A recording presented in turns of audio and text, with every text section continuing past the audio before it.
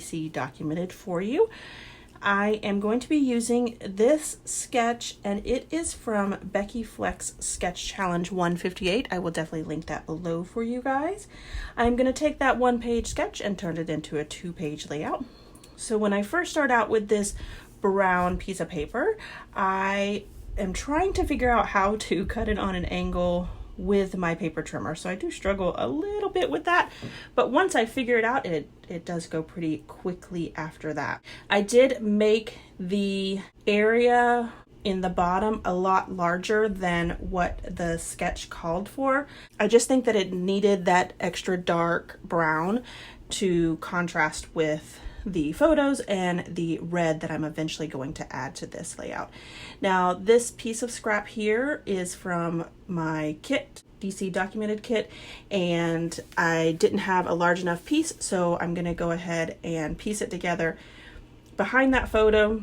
And by the time I add the tag piece that is in the sketch, you won't even notice that it's 2 separate pieces of paper. I do make the tag a lot larger than what the sketch calls for because I knew that my title was going to be a little bit larger, and I wanted to make sure that I had plenty of space to put my title on. This photo, and then the photos that are going to be on the right hand side, are from the Indian Punch Bowl that is in Virginia. The Indian Punch Bowl is right in front of the river where the Bloody Crossing was, and I did a layout on that at Fredericksburg. So these all go together in regards to the kind of sightseeing things and what we went and saw. So this punch bowl has a history with the Indians that were here when John Smith was exploring, and there was beliefs that the Indians would use certain plants and mix poisons for hunting, and they created these shallow bowls carved into huge rocks. And so there is this one famous punch bowl that is in Virginia, and it's around, I think, the 1700s, and it's just a interesting piece of rock that is in the middle of nowhere, because when you drive up to this, there's nothing there to indicate that this is a historical site except for that small plaque that you see, and it's just like on the side of a busy street. So it's a very interesting sightseeing place that we went to. And then when you walk a little bit further back, you can get to the river that was at the Bloody Crossing. Lots of history. And when we travel, or when I travel, I really like to go to sites like this, things that, you know, wouldn't be the norm, and things that you could really learn lots of different things about in different areas of the United States or wherever we travel to. So I am going ahead and tying up a knot for this tag, and I do use my glue dots. I use the micro glue dots, and I go ahead and put just a couple around the ribbon so that way it's always stays in place and it's always where I want it to be. So now I'm going to be working on the cluster up there at the top. I go ahead and cut out this circle that's going to come off the edge of the paper. I am going to stitch up there. This time I didn't use a back stitch, I just used a regular stitch. So I did use just my T-square ruler and just made some lines there up there at the top so that I can sew on this page. So I did a really quick stitch on this one, but I really like the way that it came out, and I'm going to show you guys that so close up so that you can see what it looks like. I continue to work on the cluster up there. I go ahead and add a tag, and I'm going to also add puffy heart up there at the top.